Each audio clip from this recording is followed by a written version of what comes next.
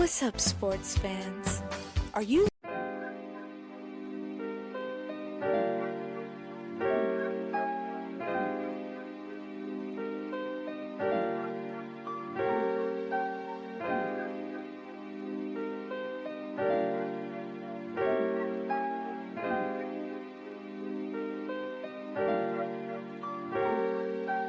Hello, ladies and gentlemen. My name is Davidson. It's your boy, Dentarius Locke. And we are the hosts of Fast Break here on IE Sports Radio, where we discuss everything in the world of basketball from prep to the pros. You guys should definitely check us out, man. Sunday, 8 p.m. Eastern, 5 p.m. Pacific. We got all the basketball information you guys need, so we look forward to you guys listening in. And please do, because we are the best basketball show on this side of the Mississippi. And please do check us out on Twitter, Fast Break ISR. D-Lock. Okay, we're just having a Nicholas Goat Tiffy type of show this evening. Hello, everyone. My name is Derek Kinsey Jr., welcoming you back to the fastest show on IE Sports Radio, which is The Extra Mile. Here, Daryl and Christopher with you this evening. And we were talking about NASCAR, but we had some technical difficulties, tried to come back on. More technical difficulties, but we are good. And it looks like we have a little bit of time to go over, so we can still catch up into everything this evening. So, Chris, we were talking about Hollywood Casino 400, and to catch everyone up, the winner of the race, of course, Bubba Wallace, Denny Hamlin, Martin Truex Jr. round out the grid in a Toyota sweep of the top three. And as we said at the beginning, it was a race of ebbs and flows between Toyota and Chevy at the front, with Toyota coming out on top. Yeah. And you can hear me now? Yes. Great. So it was a great race. As I was saying, when nobody could hear me, Alex Bowman, which is my driver, led a lot of laps. So I was a very happy camper for stage 2 and into stage 3. The Toyotas definitely had us on the long runs. Unfortunately, we had nothing to compete with them, but hats off to Bubba. And like I said before, the haters are going to have a hard time continuing to find reasons to justify his wins. I'm a believer. I was the first time he won, and it was a great race, and happy for you. And I think we could have finished 3 spots better, and I would have been pretty happy too. Yeah, I was definitely happy. And looking at it, what struck me was his post-race interview where he's talked about shutting up a few people on Twitter. He had a lot of folks running their mouths on Twitter, as Michael Ward has joined us. We'll get him in here in a minute. They were just running their mouths saying ridiculous things about him all season long, especially with how the beginning of his season went with all the pit crew issues and just things that were out of his control. But the second half of this season, Bubba Wallace has absolutely turned it on. Him and Booty Barker, they get their second win together as a team. They're really starting to gel. And honestly, Chris, if they had the season they're having now at the beginning of the year, he'd have 3 or 4 wins to be a championship contender right now. Yeah, he'd definitely be in the playoffs for sure. And I guess it just goes to show what happens when an organization can make a change. We definitely saw Bubba after the kind of the midway point of the summer started really turning things around, and it wasn't necessarily him that was the issue. It was the support around him. They made some changes, and things have been going much better for him, surprisingly, or unsurprisingly, since they've started changing around the pit crew. They kind of switched around some guys at JGR, and kind of shuffled up all the pit crews across both teams, and things have been going much better for Bubba as a result. And yeah, I think Bubba would be in a much different position if the organization had realized earlier on in the season that they were the problem, not the drivers. And I would just say that they're not the only team that could have made such realizations earlier in the season. Yeah, there are a lot of teams that have been struggling with their pit crews and organizational things. As we welcome Michael Ward into the show. Michael, we're talking about what happened there in Kansas. Bubba Wallace picking up the win. I'm not sure if you saw the race, but what were your reactions to how everything went down?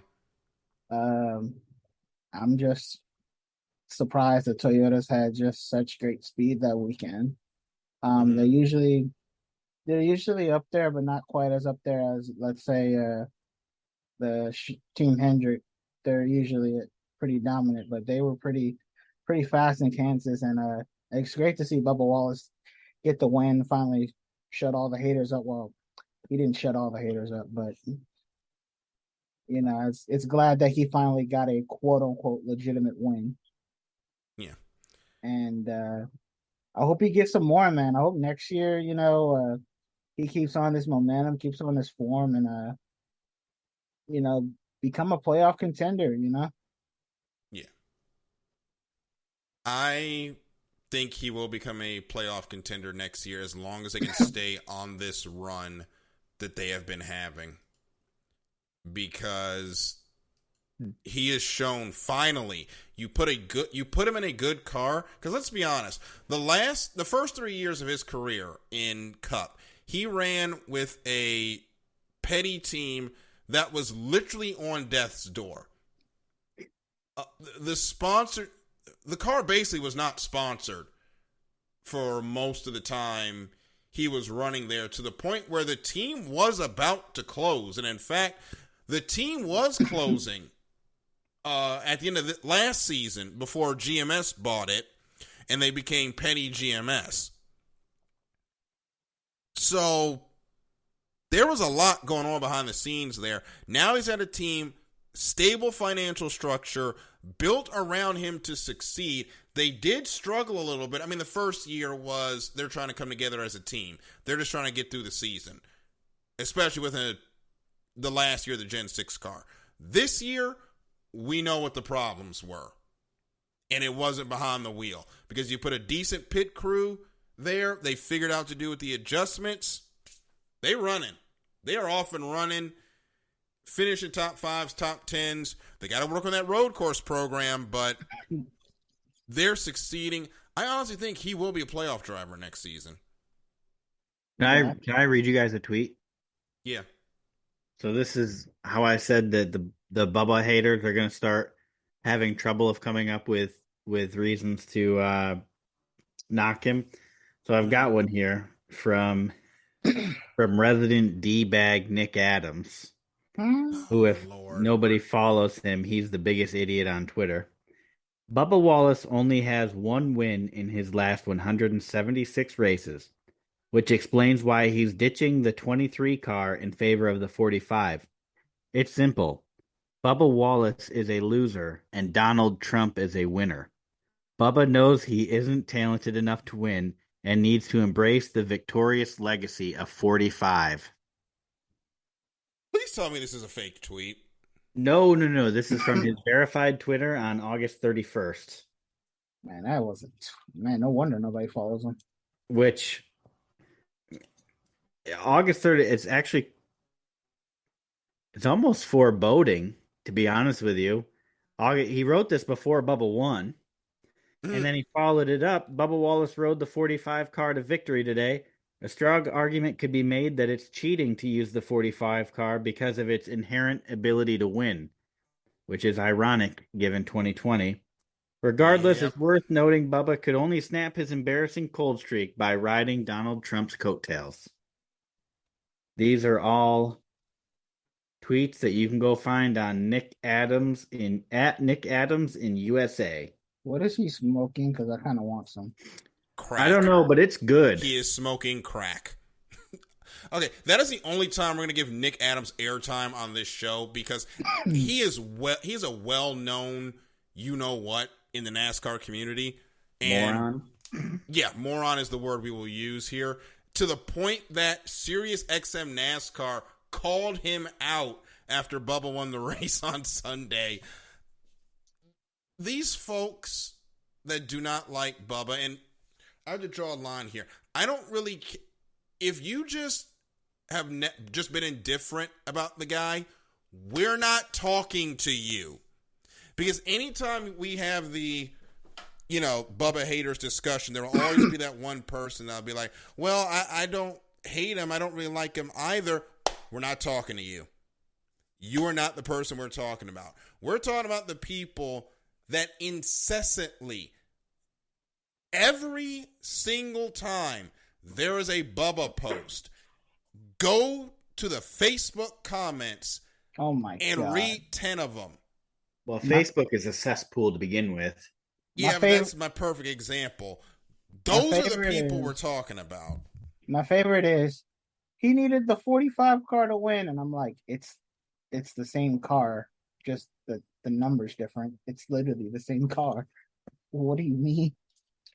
Yeah, it's literally the same car. They just swapped the numbers. That's all they did.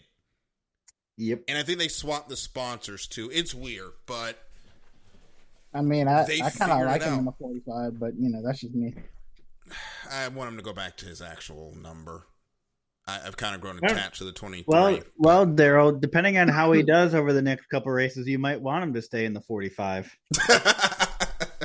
maybe the 45 is just that. Just sometimes you have to rearrange the furniture in the living room. Maybe all this is just kind of reorganizing the furniture. Yeah. Maybe. And for the record, that 45 really in NASCAR has the annotations with Adam Petty, God rest his soul, who a lot of people thought was going to save Petty, Richard Petty Motorsports until his absolutely tragic death at New Hampshire. Kyle Petty actually gave 2311 the blessing to run that number, which I thought was sweet, and it went to victory lane. So, Adam, if you're up there, he is up there. Hope you like that, buddy. But we'll see what happens. One person who was not happy at the end of that race, other than Nick Adams and a bunch of folks with red hat profile pictures, was Kevin Harvick. He's in trouble right now. Remember when we all thought he was a championship contender? I never thought that. I never thought that either. In fact, I remember saying that I had him in my first out, and here he sits 35 points below the cut line. He's effectively out. Yeah, I had him probably going out in round 2, but he had a terrible first race. He ends up crashing out of the second race. His car got tight while Bubba Wallace was battling Ross Chastain, who was doing Ross Chastain things, and ends up putting Kevin Harvick in the wall. Harvick is now last in the point standings. I can't think of a guy who has had just a roller coaster last few weeks where he breaks the win streak, he wins a second time. I was there when he won it at Richmond, and now he gets into the playoffs and nothing. Yes, it's called the highs and lows, ebbs and flows, whatever you want to call it. That's what Kevin Harvick is going through right now. And I think he's just at that point, honestly, where it's just like, yeah. Well, he almost won Bristol the night race last year. Yeah, until Chase Elliott. Yeah. But we'll see. Kevin Harvick is 100% in a must-win situation unless Cindric, Reddick, Suarez all crash out and Harvick gets some stage points. Let's not lie, though. The way this season is going, it might happen. Or Harvick might have another issue himself and just be completely done. Yeah, it's not been I was going to say, it's not been a year for Stewart-Haas racing. Yeah, but one driver who should probably be looking out is Ross Chastain, because this is Bristol, and this is where payback runneth over. And he's 26 points to the good, but he's pissed off like half the grid. I think somebody's going to take him out this Saturday night. I don't think they will. Really? I don't think he's close enough to the cut line for somebody to risk it. Mm-hmm. Nah, I see that happening at Martinsville, honestly. Martinsville. If he's still in at Martinsville or in the next round. I mean, He's 26 points to the good. There's a very high probability that he makes it on to the next round, no matter he could crash out and he probably still makes it. Yeah, So I feel like therefore, I don't think anybody's going to screw with him now. yeah, I think if anything, it's gonna happen at Martinsville, or even or the the Charlotte Road Course that accidentally bump him, run him wide, and send him off the track, and say it was your corner. We could see, but I think there is going to be some payback. Ross is going to be in trouble.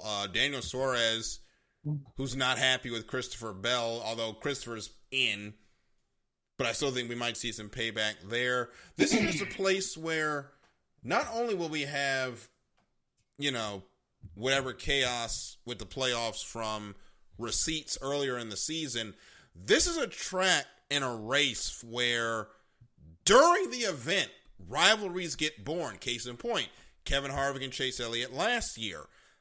I don't know what it is about Bristol, if it's the tight confines, if it's all the fans around, the nighttime. Everything just goes short track Saturday night, including the tempers.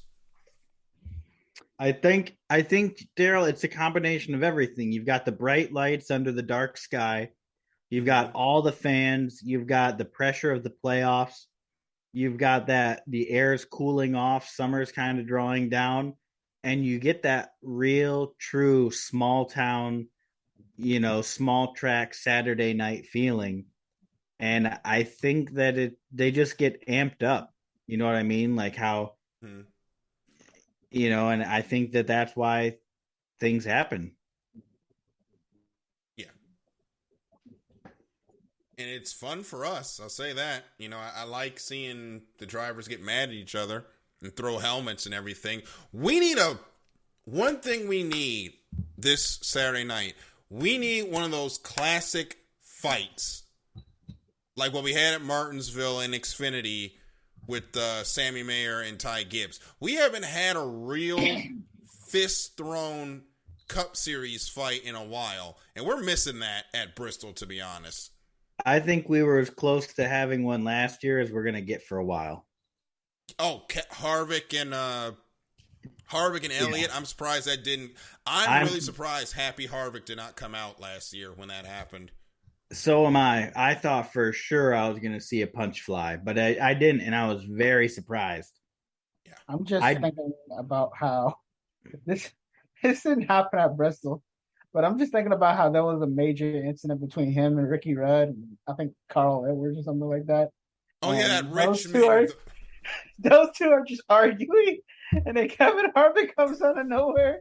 It just everybody starts throwing hands. Oh, that was I know what that was. That was Brad Keselowski and Jeff Gordon. I think 2015 at Texas. And they're arguing with each other, and Harvick just comes up, push, and all hell breaks loose. That was hilarious. That actually was the birth of the legend of Bob Pockrass. Because Bob actually caught the video that's like used in all the commercials now of the close-up of the fight. That was him. And that was Bob Pockrass? That's crazy. That's how Bob got big? Pockrass.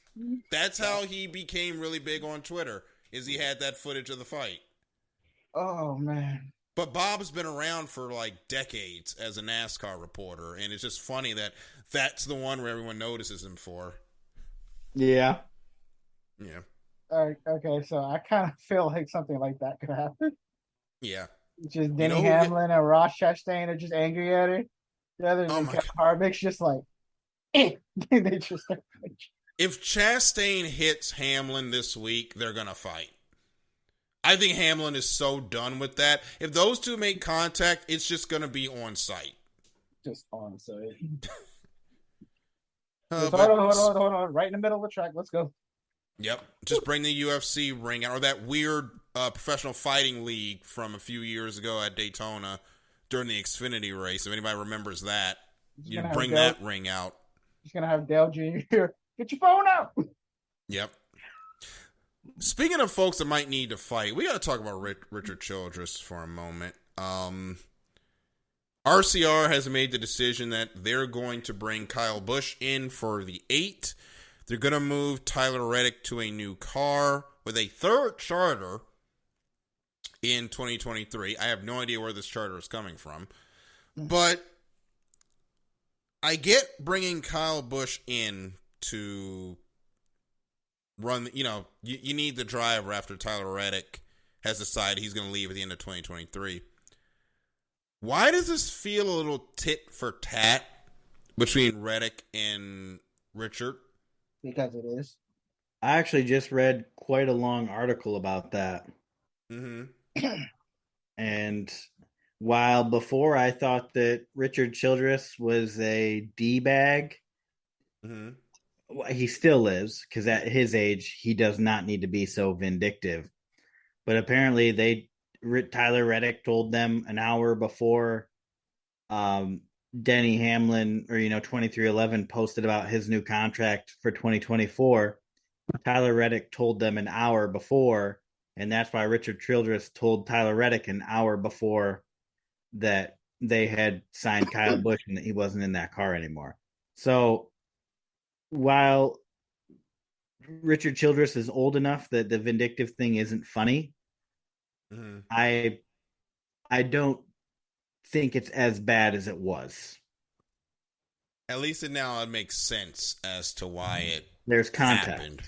Yeah, but you are too old to be acting like that. And we usually see this in the NFL when it comes to how teams announce these contracts, which is weird. We've had a lot of weird contract announcements this year between the Pelot to McLaren, which apparently is now not happening. Yeah. Isn't that funny? That's hilarious. But Pelot gets to test McLaren F1 cars. Yeah, he gets to test the F1 car, but stays with Ganassi after, they went to court over the whole thing. That whole situation was hilarious. I need to be a fly on the wall for those conversations. Because McLaren, and we can talk about this till we're blue in the face, but McLaren effed up this year. Zach absolutely messed up. Effed up. Yeah. Between that, the handling of the Ricardo contract, the Alpine situation, which was a show during the F1 silly season, a lot of teams are really bad at this contract thing, is what we're learning right now. I think that's the big thing we've learned over this last year. I think there's too many clauses in the contract. Too many, there's too many if this person requires this amount of money, if this person doesn't perform like this, if this person wants X amount of money, this person can get out of the contract, this, that. It's just there's too many clauses.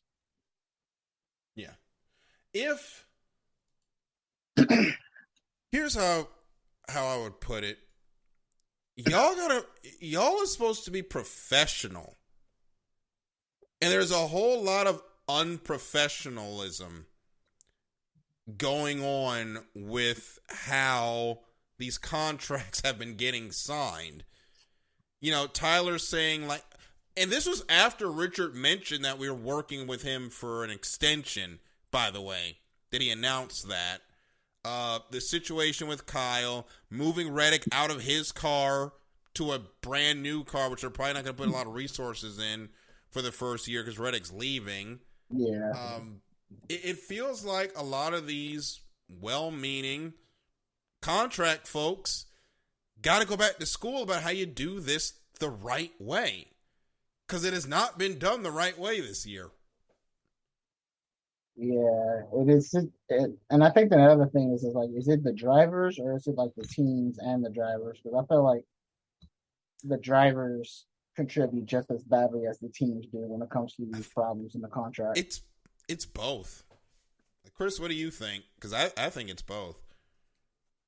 I think it's both. And I think to a degree it's just social media as a whole, right? Everybody wants to announce, get all the positive press, get the likes, get the shares, the retweets, all of that stuff. rather than just kind of the way it used to be. It used to come out in the newspaper, right?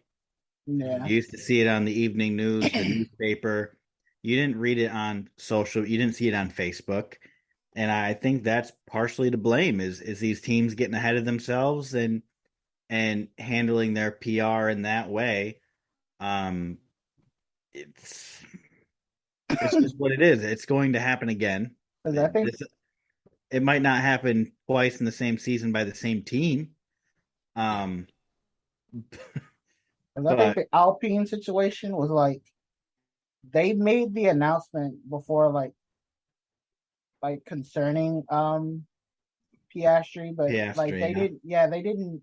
But Piastri was like already in with McLaren, so it just kind of like screwed everything over. And like they had one mentality. There was no. I don't think like anybody came through with their intentions, and it just lets just a big chaotic mess. And I think it's just like it's the drivers getting too ambitious, and it's the teams thinking something is already secure, but it's not. I was wondering if that Alpine tweet was a scheduled tweet that they forgot was scheduled or it was intentional and they were trying to flush out what was going on, which is probably more likely now that I say it. I think it was scheduled. I think they felt like when Alonso left, it's simple. Okay, Alonso left, we can just call up Piastri. But then Correct. they did not know. It was not I think it was not communicated that Piastri was talking to McLaren. Mm-hmm. So that when all of that went down, Alpine had the rug pulled underneath their feet, and they just didn't know anything, and it led to that whole debacle. It's teams pulling the rug out from each other. It's like politics now. Everybody is really cutthroat when it comes to how these contracts are signed. Yeah. So just to confirm, Michael, so Alpine was on plan A. Yeah. And then what happened was Aston Martin went plan B. So Alpine then had to go plan C, confirm. I cannot wait for the Formula One season to be over so I can stop doing Ferrari jokes. And then plan D happened, which was Piastri saying And then now they're on to plan F. Confirm? Yes. Box. Box. No. Stay up.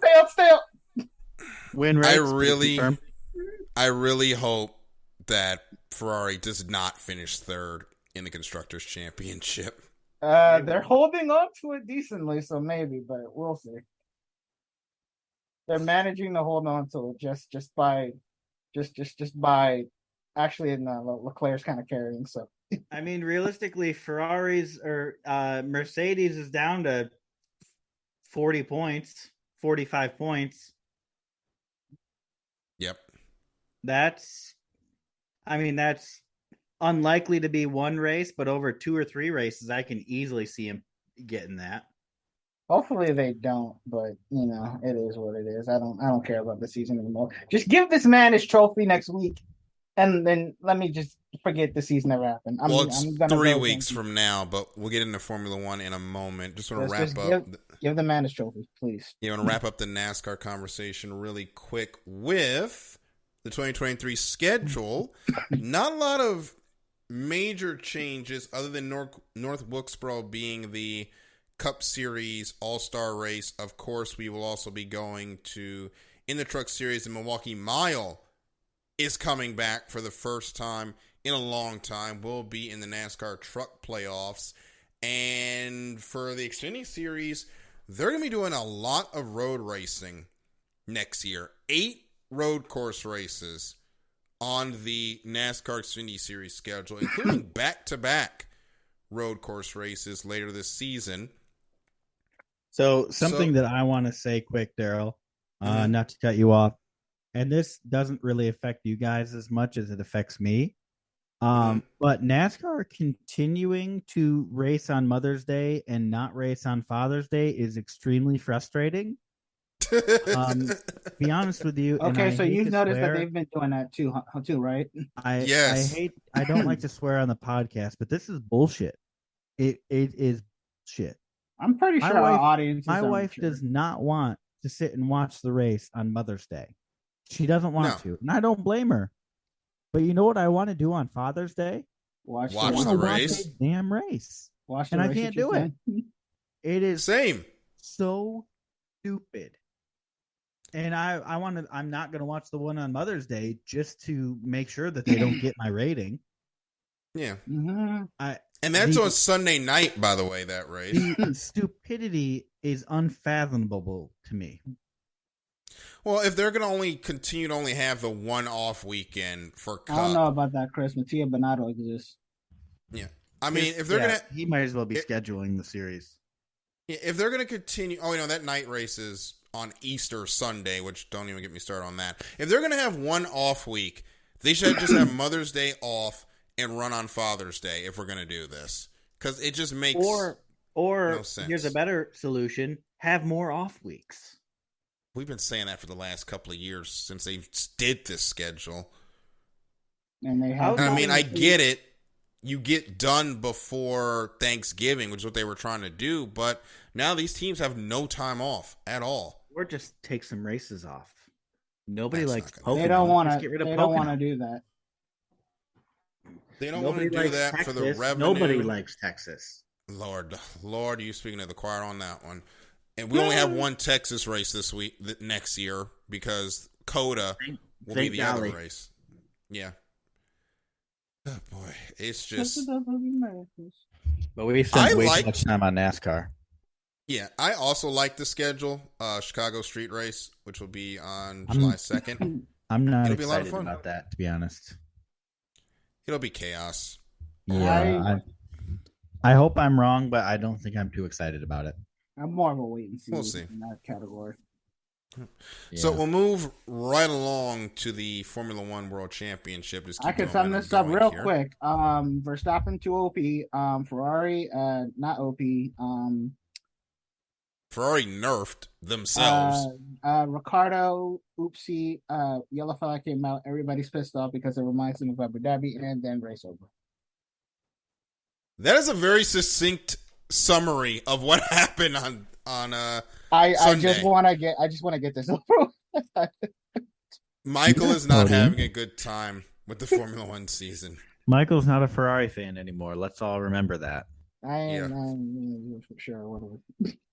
Yeah. So in fact, I think it was last week where he said, "I think I'm going to become a Max Verstappen fan."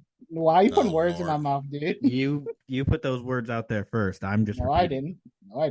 Oh, well, I've got receipts on this one. I'll go find it. I'm gonna say he doctored the footage, everyone. Dale recorded the podcast like an hour after we ended, so actually I can probably go find it. He doctored the footage up. I'm going to send you receipts on that one, Michael. He doctored the footage up. Yeah, okay. Well, anyways, while you guys continue, I will say the pole went to Charles Leclerc. The win went to Max Verstappen. Leclerc second, George Russell in third. Lewis Hamilton came back from 20th to 5th on the grid. Max Verstappen is now in position to clinch his second straight World Drivers' Championship. The window opens in 3 weeks at Singapore. I think we all believe it's going to get done then. But the big story, of course, other than the win, was the safety car finish where Daniel Ricciardo fell victim to the Italian Grand Prix winner's curse. Car ended up dying a couple of laps from the end. They decided to run the race, the remaining laps, under the safety car due to the logistics of trying to get everything going.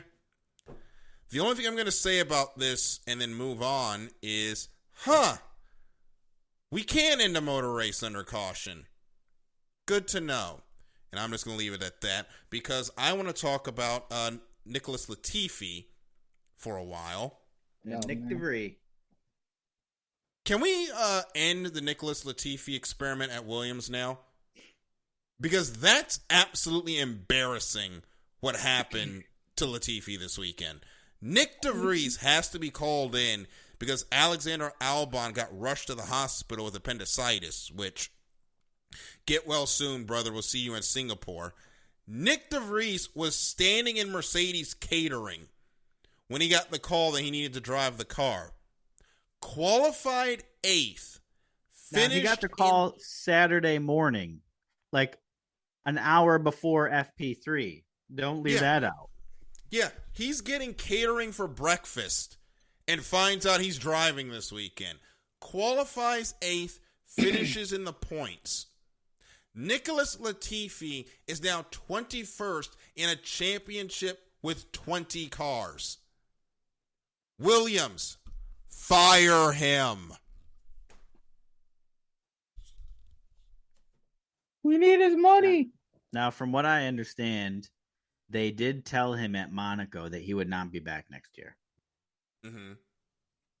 So, and I think that Williams knows that they might lose out on some revenue for a year or two, but as they start clawing their way up through the rankings, they'll get better paying sponsors and they'll make that money back while also not being the butt of jokes. I think they will absolutely get that money back when they finish higher in the Constructors' Championship because they have 2 drivers that can actually score points. Nick did an awesome job, although his shoulders were apparently absolutely dead after driving the F1 car. Did you guys see the video? They had to help him out. I haven't seen the video yet, but they have to help him out of the car. Yeah, no, so I saw the video and they played the radio. And he basically said after the race, like, oh, thank you. This was awesome, blah, blah, blah. And then he goes, are you guys allowed to come help me? Because I can't move. I can't even release the restraint. Like, I need somebody to come help. And they were like, let us check. And then they were like, yep, we're coming to get you. Gonna have to get them shoulder exercises up, my boy. Welcome to Formula One if you're coming next year. That is a huge workout that he just learned about.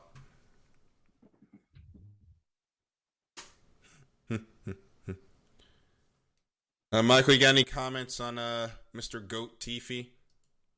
Not really. I mean, I wanted to like the kid, but I think it's run its course. He's not that great. And the only other Canadian is, of course, Lance Stroll, but he's not going anywhere because his dad owns the team. Yeah, and he's not really good enough to get further up in the grid. It's being hypothesized that in Formula One, at least, that the pay drivers are kind of going out the window now, especially Latifi and Lance Stroll being the last kind of real pay drivers per se. And with Latifi going, Lance Stroll's obviously not going anywhere, but pay drivers are kind of being siphoned out, which is good. Now, if only we could do that in NASCAR, it'd be even better. Looking at you, Eric Amarola. But and Michael McDowell. But yeah, I think it'll be better getting rid of pay drivers. I think it'll be better for everybody. And we've heard the complaints with the paid drivers for years. So I think it'll be better for everybody if that system goes by the wayside. But as we look at the point standings for the constructors, yes, Michael, we have to do this. Red Bull currently leads the way with 545. Ferrari second, 139 back. Mercedes, 174 back. They're not going to catch Red Bull, obviously. But they are in striking distance of second. If Ferrari really finishes third in the Constructors' Championship with the car they've made this season, it's nothing short of a failure. Absolutely a failure of a season. And they need to actually make some change and stop acting like everything is fine and get Mattia Binotto out of there, because this ain't working for anybody, and it's definitely not working for them. Yeah, I heard that Binotto actually has a meeting when they're over here at COTA. He has a meeting with 2311 to take over crew chiefing for Bubba next year. Please no. Please no. Don't ruin something else I like, please. Sometimes I feel like he crew chiefs for Alex Bowman, to be honest with you. Greg Ives sometimes does some stupid stuff. Yes. Yeah, there's a lot of stupid stuff that's been done for Ferrari, but Michael, you're a resident Ferrari fan, I guess. What do you look at this season as? I'm trying to hang on there. A step in the right direction, but also a step in the wrong direction.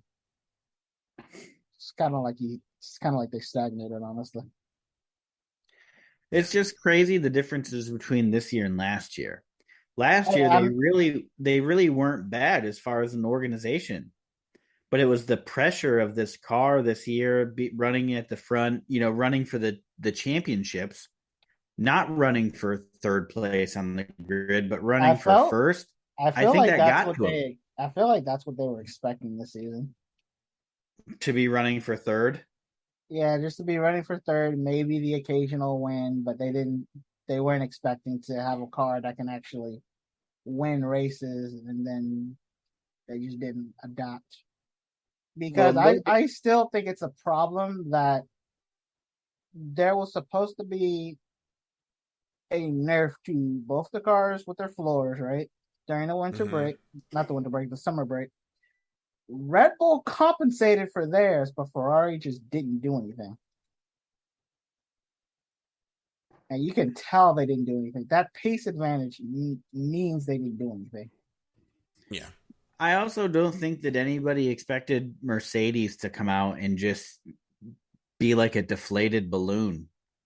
I mean, the first 5 races of the season, they were non-existent, with the exception of podiuming in Bahrain because of Max Verstappen's and Checo's issues.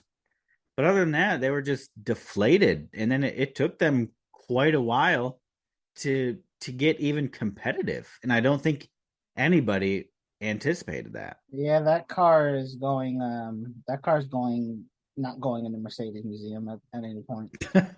That car is going out back and lit on fire. Now, do you think it's next gonna year be at the very back? They're gonna be at the tour. They're gonna be like, "This is the car we don't talk about." Yeah. Do you think they scrap the no side pods, or do you think they're committed to it? I think they're gonna try it. I think they're just committed to it. Yeah. I think they should go back to side pods. Just we'll thinking. We'll see what they decide to do. They got a lot of work to do, to think about for next season. Yeah. Hopefully next year Daryl can be the one stressing, and I can just be chilling. But if Mercedes pull off this P2, I mean, hats off to them. Just a great job of recovering your season and even if they finish third, I mean, that shows that you don't give up even when it seems like you're down. You stick with it, you keep going, and Mercedes went from being a midfield, probably 4th or 5th on the grid, to 3rd, probably, and contending for 2nd. I mean, that just goes to show that you don't give up no matter how bleak it looks. Mm-hmm. Yeah. And it's going to be a good building point for next season. Yeah, like I said, I think the top 3 drivers are going to be well, next year I feel like Hamilton's going to try and run it back. Whether or not they can, I think it'll be good to see. I think it's mostly just going to be a fight between Verstappen and Hamilton, because Hamilton's definitely going to run it back, and Leclerc's going to try to win where he can. Hamilton's going to stop at nothing to get that 8th championship. So we'll see that. And then at the end, he retires. Yeah. I agree with you. I think next year it's going to be Verstappen and Hamilton going at it. I think if Ferrari changes their leadership structure, they have a shot. That's all they need to do, but they're not going to do it. But if they don't change their organization kind of as a whole, I think they are back to 3rd, maybe even 4th on the grid, because you've got other teams that are like Alpine. they've been up there a lot, especially Ocon. I mean, he's been kind of all over the top 10 this season, and they're really knocking on it. So is Alfa Romeo. I mean, these teams really aren't too far off when you think about it. I mean, sure, they're not getting the greatest, they're way behind on points, but these guys are still, they're going to get better over the offseason too. And it could be more, there could be more of a shakeup next year than there was this year. Ferrari just honestly need just new management. Yeah. That's what they're missing. They're missing the pit wall to get the win. I mean, the drivers, they have two world-class drivers, and you have to admit that. Without a doubt. What this season should have been is Ferrari, Red Bull, and Mercedes trading wins all season, and Mercedes couldn't figure out the car at the beginning. It was happening with Red Bull and Ferrari, and then Ferrari just falls on their face, so Red Bull just ran away with it. So this season, I think it was Mercedes had to spend a lot of their budget to figure out the porpoising. And so that kind of killed their season. They were always going to be behind when they were porpoising, just because of the amount of money they were going to have to put into it. And then Ferrari had a real shot, but they had so many reliability issues that ate up a lot of their budget. They had a great shot, but the pit strategy went over. And you guys can say, oh yeah, they had 2 engine failures, especially. Well, okay, so I'm just when I say 2 engine failures, I'm just talking about Leclerc. I'm leaving Sainz out of the equation. I'm sorry, Sainz fans. I like Sainz too, but at that point he was out of the equation. Mm-hmm. He had 2 engine failures. So did Verstappen. All right. This is not entirely the car's fault. This is mostly the pit wall's fault. Yeah, Leclerc spun out a few times and cost some points. Yes, I know. But I don't think he would have had the spin and crash in France if he didn't have so much freaking pressure to try and catch up to an impossible deficit. Without a doubt. And the other thing that you have to think about is the budget too. So with Ferrari, they had a couple spins. They've made some contact with the wall, and Carlos Sainz's car blew up. It caught on fire. So, I mean, all of these little things, they eat up the budget. And then Red Bull, whether it's luck or whatever, but they really never had damage to the cars that they were having to fix. Whereas, you got Mercedes that has to spend money fixing porpoising. Ferrari's got to put some money into replacing parts on their cars. And it was almost unfair that Red Bull, figured out porpoising immediately and didn't have to repair the cars. It just, if Red Bull didn't win it, you'd be looking at their organization saying, what on earth did you do? You had every advantage and you squandered it. Yeah. So, yeah, I just think this season, I think this season is one to forget for me because it's just I had so much promise. It had so much promise to be good, and it just wasn't. I'm not even talking about just Ferrari. I'm talking about Mercedes too. It could have been really great. I think if almost anybody else is principal of Ferrari, they win the championship this year. I think if they pulled a Michael Schumacher and hired out of Italy, they would have been contending heavily for the champ. I don't even want them to win, really. Well, of course I want them to win, but I just wanted them to take it to Abu Dhabi. Just take it to Abu Dhabi, or at least closer. But no, just no. Well, they'll have a chance next year. I don't think they're going to be able to do it. Next year is all up to you. You're the one that's going to be stressing, Daryl. Probably. And I'm gonna be in third place. I'm gonna just be right here in third place, just watching y'all. Well, Daryl, I do have to say, Daryl, though, is at least if it's Max and Lewis next year, Max has completely became a very respectable driver on the track, and I don't think that the championship would have as many quote unquote dirty moves by Max. At least his racing has cleaned up and become a lot more respectful. So at least the championship will seem a little bit more of a respectful fight. Yeah, I think it'll be a lot better than what happened last year. No, In a lot of respects, for that matter. So we'll wrap up, of course, with IndyCar Grand Prix of Laguna Seca, won by Alex Palou. Actually won the race, but the champion for the second time is Will Power, who finished third in the race. Joseph Newgarden was second. The one thing that surprised me that it took until now for Will Power to get his second championship.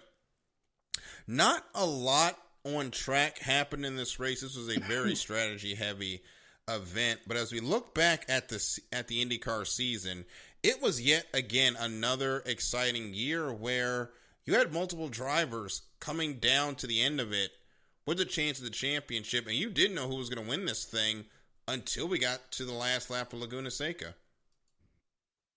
Yeah, I think that's what makes IndyCar really fun. Is just how close the championships have been recently. And this has created a conversation about IndyCar super license points, especially with the situation going on with one Colton Herta in Alpine. They need to have the points, the same points as F2 is what I think of that. That's what I think of that conversation. But even if he doesn't get the points, IndyCar is such an entertaining season. And then, of course, Indy 500, another banger this season. They had another great year at the end of the day. Yeah, it was the championship fight coming right down to the last race of the season always makes, it better. And a quote that I kind of fully and wholeheartedly believe in is how it ends is how it was. That you can apply that to almost any aspect of your life and you will find truth in that. So if we take that philosophy of how it ends is how it was, IndyCar was a great season. There was definitely a lot of storylines, a lot of quality races that happened, and hope to see it all again next year. It's one of those that the racing was good enough. Sometimes you wonder if they need more races, but then you're like, no, I think, you got to find that balance of what you have is good enough versus oversaturation. And I think IndyCar's season being the shortest of the main, big three that we cover, I think it makes it gives you just enough where you want a little bit more, but you don't feel overwhelmed by it. Yes. It was a lot of fun this season. I can't wait for them to do it again next year, and we wait until March to get racing again at the Grand Prix of St. Petersburg to go again. And we will be going back to Texas next season in IndyCar. Yay. After they got their deal situated, after a lot of conversation about whether or not we were going to have a Texas race in IndyCar after all the issues that race has had since they, quote-unquote, fixed that place. But what do you guys think of the Texas IndyCar race? I know they're supposed to be trying to fix the track again. Do you think it'll be better next year and when whatever they do with the track next year or in the years to come? Maybe. I'm just kind of wait and see type of person nowadays because you can speculate, but you never know until like the cars hit the track. Yeah, I'm there with you, Michael. We'll have to see. But as far as the NASCAR racing product, it's not going to get worse. So I'm looking forward to it personally. I wish they'd reconfigure down to a short track or a Walmart, or even better yet, a Trader Joe's. But but the second best thing is to just repave and hopefully make it better. Yep. So we will now head into Nearest the Win. My points lead has grown since last week. 47 to myself. Chris has 28. Michael 16. We only have Bristol this week. Last week I took the 2 points with the Bubba Wallace victory. Michael, you had Kevin Harvick, and Chris, you had Alex Bowman. This week, I think I'm going to pick one of the principal combatants in last year's shindig. Chase Elliott, going to pick up the win in Bristol. Michael, Chris, who you got? Chris, you can go ahead of me. I got to think about this one. All right, easy enough. I think riding off of a big week, the Candyman, Mr. Kyle Busch, gets it done at Bristol. He's done it 100 times before over the course of the 3 series, and there's no reason to think that, after the good news, he's finally settled publicly. I think that he gets it done this week. What about you, Michael? I guess I'll go Logano. All right. Yeah, And should get better at making NASCAR picks, but that's just well, hey, if you want to Nobody Go ahead. feeling confident with Ross Chastain this week, huh? I wanted to pick him actually, but I was just like, I don't know if somebody's gonna put him in the wall this week. I think Ross Chastain is going to end up in the wall, so Yeah, I think that's it's going to be. I that's think the Ross thing. Chastain's going to be in an accident this week, but it's going to be him causing it. probably.